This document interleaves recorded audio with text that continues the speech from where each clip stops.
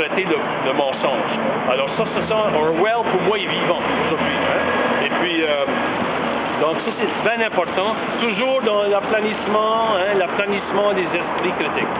Donc, pour ce qui est des médias, et bien, le titre de ma conférence, c'était comment démolir l'emprise des grands réseaux médiatiques sur leur auditoire.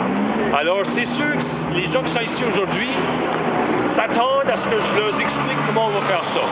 Et puis, pour expliquer comment on va faire ça, ça prendrait au moins 8 heures, j'ai calculé, de préparation pour essayer de faire le tour de comment nos esprits ont été aplanis. Et quand je dis nos esprits, davantage ceux qui ne militent pas, OK? Mais même chez les militants, OK? Donc,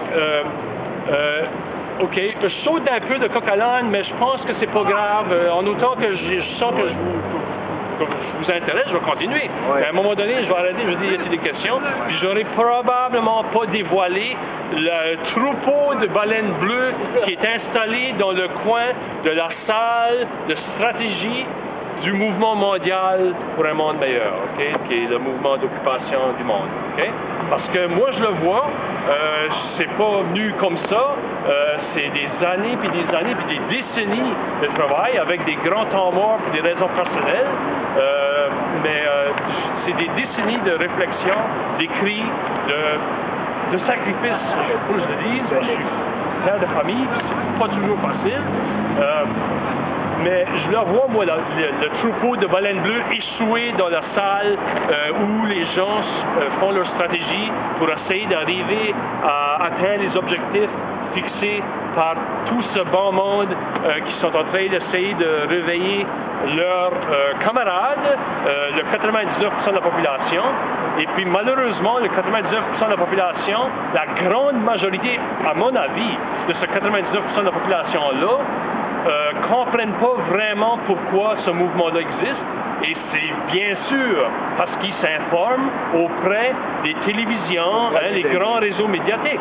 Alors, on peut pas... Et le mouvement mondial d'occupation pour un monde meilleur, plus juste, plus équitable, où l'amour régnerait, où la fraternité, où il n'y aurait plus de gens qui crèvent de faim parce que ce n'est pas nécessaire, il n'y a pas besoin qu'il y ait quelqu'un qui crève de faim sur la planète. Donc, ce mouvement-là est légitime. Bon, je suis encore coq à l'âne, mais j'ai fait une liste des raisons pour lesquelles, une liste des forces et des faiblesses du mouvement. Et on peut parler du mouvement mondial d'occupation, OK? Très simple, c'est mondial. C'est dans les espaces publics stratégiques. Donc, ça ne s'ignore pas. Hein? C'est légitime. Hein? On est ici, nous autres, on sait que c'est légitime. C'est déterminé. Je le suis, mon cas, et je sais que tout le monde qui participe à ce mouvement-là le sent. Et ça se veut pacifique. Alors là, avant de parler des faiblesses, je vais vous montrer une image. OK? L'image qui a fait le tour du monde, je pense bien, parce que c'était un peu comme l'image qui représentait un peu le fait que c'est devenu un mouvement planétaire. Et ici en Amérique, en principe, ils disent que ça a commencé à Wall Street. Allez savoir si c'est vraiment là que ça a commencé. Peut-être que oui, je ne le sais pas. C'est ce qu'on apprend, en tout cas, d'après différentes sources. Mais vous savez, il faut toujours garder l'esprit ouvert. Hein? Donc, mais en tout cas, ça c'est Wall Street, ça c'est à New York. Et il y a deux choses qui me dérangent beaucoup avec cette image-là. Pour un mouvement pacifique mondial, la première chose qui me dérange, c'est le mot war. OK? Donc ça c'est anglais, class war ahead. C'est une expression. Hein? On sait qu'il ne veut pas parler d'une guerre avec des manières militaires violentes. On le sait, l'expression que ça veut dire. Malheureusement, c'est pas ça que tout le monde va lire parce qu'il voit le mot war. Okay? Ça fait que pour moi, le mot guerre n'a pas sa place dans un mouvement pacifique et sur aucune affiche. Aucun mot violent doit apparaître sur aucune affiche pour un mouvement pacifique. Ça, c'est la première chose. La deuxième chose, c'est que ça a l'air qu'ils ont adopté le symbole du mouvement par le masque qui a été porté par Vendetta, là, le film hollywoodien. Alors ça me dérange. Pas que j'aime pas les films hollywoodiens, pas que j'aime pas le cinéma, mais ça, c'est un caractère dans un film de cinéma que pour arranger les choses, a posé des bandes. Alors, ça, c'est très mauvais comme symbole pour un mouvement pacifique. Alors, je l'ai écrit à des gens à New York, et c'est drôle, j'ai écrit à un mouvement qui s'appelle We Are Change. Et le lendemain, c'est drôle, mais leur avatar est devenu le visage de Gandhi parce que c'était la suggestion que j'avais donnée. J'avais dit, j'aimerais voir le visage de Gandhi comme symbole pour ce mouvement, ou un autre similaire à Gandhi, mais plutôt que Vendetta. Et c'est drôle, mais leur avatar est devenu Gandhi le lendemain. Mais ils m'ont même pas répondu. Ils m'ont même pas répondu, mais leur avatar est devenu le visage de Gandhi. C'est un personnage de bande dessinée. Oui, bon. Ben oui. Même que l'auteur de la bande dessinée n'était pas trop d'accord de l'aspect politique du film. Ah, ben c'est très intéressant. Mais à l'origine, c'est un personnage historique. Historique aussi, c'est ça. Parce qu'il y a des choses dans ce film-là qui remontent en fait longtemps dans le temps, parce que le groupe qui s'appelle Anonymous, en fait, c'est eux qui ont beaucoup fait la propagation de ce masque-là.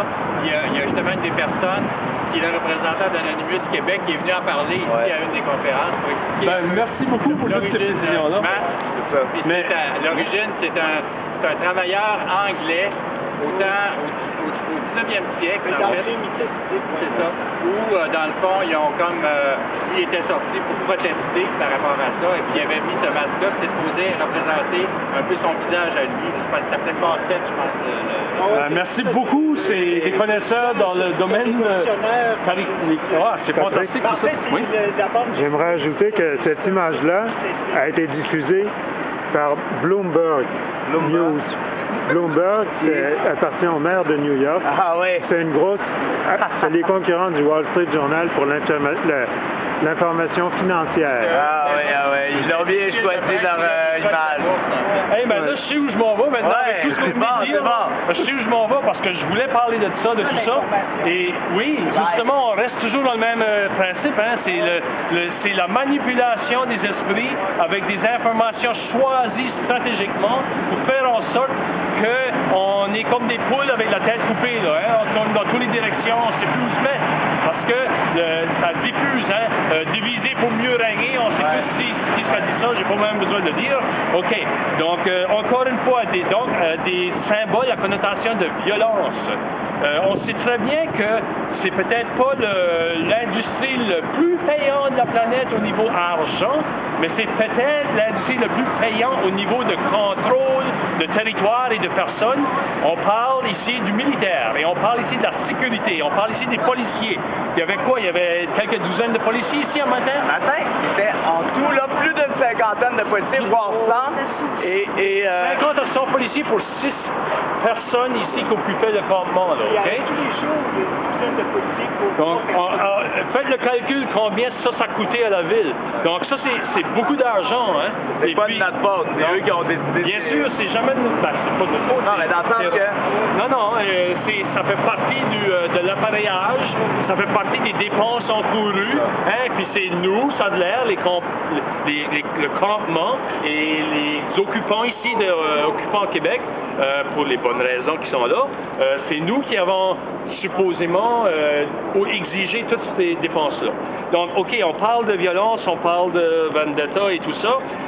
J'étais ici pour la conférence de Philippe Duhamel, et en passant, j'ai même un texte sur ça. Philippe Duhamel a toute mon admiration. Il a toute mon admiration pour son dévouement, pour son sacrifice. C'est un grand penseur, Philippe Duhamel. C'est un héros québécois, OK? Il a donné la conférence. C'était sur la désobéissance civile. Il donnait une conférence samedi sur la désobéissance civile. Et Philippe Duhamel a fait, on peut pas dire carrière parce qu'il ne fait pas d'argent avec ça, mais il a fait son cheval de bataille. C'est la désobéissance civile. Et puis, ça fait des décennies qu'il fait ça, OK? Puis, ça me fait penser à Xavier Renoux en France. En tout cas, c'est pas nécessairement comparable, mais c'est la même chose. Ils éduquent le monde à faire de la désobéissance civile. Si on fait Xavier Renoux sur Google, vous allez tomber sur plein de choses là-dedans. Si on reste un peu l'idée qui est comment ils veulent créer, si on veut, un mouvement de violence, OK? Alors, je vais être obligé de parler maintenant des faiblesses, des forces et des faiblesses. Je reviendrai à Philippe Duhamel tout de suite après. Et surtout de désobéissance civile dans le contexte 2011, OK? Alors, les faiblesses du mouvement d'occupation ici à Québec et dans le monde, OK? OK, les faiblesses. Même vulgariser le ou les messages est compliqué et disparate, OK? Ce genre de mobilisation avec des campements exige une logistique complexe, surtout pour l'hiver nord-américain. Donc, moins d'énergie et de temps pour expliquer ce message. Les revendications multiples et nécessitantes de beaucoup de connaissances quant au rouage de l'économie mondiale. Hein, combien de gens savent c'est quoi le Nixon Shark? Combien de gens savent c'est quoi le Glass-Steagall Act? Hein? Alors, c'est pour ça qu'on est là aujourd'hui, à cause de ces genres de mise en place de façon de faire pour que les banquiers, hein, puis que les financiers, puis que les grandes corporations puissent continuer à canaliser hein, toute la richesse planétaire dans certaines poches. Okay? Donc, les revendications multiples et nécessitantes de beaucoup de connaissances quant au rouage de l'économie mondiale rendent la vente très difficile à la clientèle visée. Hein? Une grande partie du 99% qui ne comprennent pas vraiment ce qu'on fait ici. Alors, et ça rend le travail de désinformation, c'est le mot que j'ai utilisé là, on peut utiliser d'autres mots, des perroquets de propagande que j'appelle, qui sont les journalistes. Et j'ajouterais que les journalistes, souvent, ils n'ont pas le choix parce qu'ils n'auraient pas de job s'ils ne faisaient pas ce que leur boss fait. Mais ça rend ce travail-là extrêmement facile, toutes ces choses compliquées-là. Alors, après ça, il y a les dérapages violents qui sont quasi assurés dans un mouvement de la sorte, OK? Même si on essaye autant qu'on veut d'être très pacifique, avec des symboles pacifiques, les dérapages violents sont quasi assurés, plus dans certains endroits du monde et dans certaines villes de l'Amérique que dans d'autres endroits du monde et dans d'autres villes de l'Amérique. Et on est en Amérique ici, alors je dis ça comme ça, OK? Donc les dérapages violents sont quasi assurés. Et donc, ça rend légitime la réponse violente des autorités. Hein? Et même, OK, puis là je vais revenir à Philippe de Humel, même l'établissement de la loi martiale, OK? Et je vais parler de ça, OK? Je vais parler de ça parce que c'est très important, OK? Là je finis, les demandes ne vont pas aux sources des problèmes énoncés. Parce qu'on a lu Jean de Maillard, on comprend ce que je dis là. On comprend parfaitement ce que je dis là. Il faut lire Jean de Maillard, il faut lire Alain Deneau. Okay? Donc, ça ne va pas à la source des problèmes énoncés. Donc, même acquiescer, elle n'apporte pas de solutions fondamentales. Okay? Et ça, les grands, là, les 1%, ils savent ça. Ils savent ça. Sinon, ça ferait longtemps qu'ils auraient aboli ce mouvement-là. Okay? Donc, les protagonistes des abus dénoncés vont pouvoir continuer à se frayer un chemin à travers le système. Parce que c'est ce qu'ils font, là. Parce qu'il y a des choses instaurées comme le Glass-Steagall Act, et là, on peut s'ostiner si c'était bon ou mauvais, là. OK? Les économistes, ceux qui ont la bonne foi, ceux qui sont plutôt de mauvaise foi, ils se confondent entre eux si c'était bon ou si c'était mauvais. J'essaie de comprendre si c'était bon ou si c'était mauvais, le Glass-Steagall Act, et encore aujourd'hui, après d'avoir écrit on est des Gaulois, hein, parmi les Romains autour. Donc, je ne vais pas en détail. Donc, et les étudiants d'école secondaire faisaient la grève pour supporter les professeurs qui faisaient une grève zèle, donc pas d'activité extracurriculaire après l'école, et puis c'était pour avoir des meilleures conditions de travail, etc. Donc, j'ai organisé la grève à l'école primaire, et ça n'a pas marché. Le directeur, au bout de 5 minutes, a réussi à intimider tous les élèves, tout le monde est rentré dans les classes, sauf moi. Au bout de 5 minutes, voyant que j'étais tout seul dans le corridor, assis par terre, et hein, les autres en rang rentrés, là, ben, j'ai rentré dans la classe. Donc, la récréation de l'après-midi, je m'ai fait battre par les gars qui étaient supposés d'être en secondaire 1 ou 2, puis qui étaient encore en 5 ou 6e année, OK? Ils m'ont battu parce que ça n'avait pas marché, donc c'était pas content. Après ça, c'est pas pour ça, mais c'est surtout à cause des accidents que j'ai eus, le fait que j'ai vécu des souffrances physiques atroces assez souvent dans ma vie, que j'ai pas l'intention, moi, de me faire battre par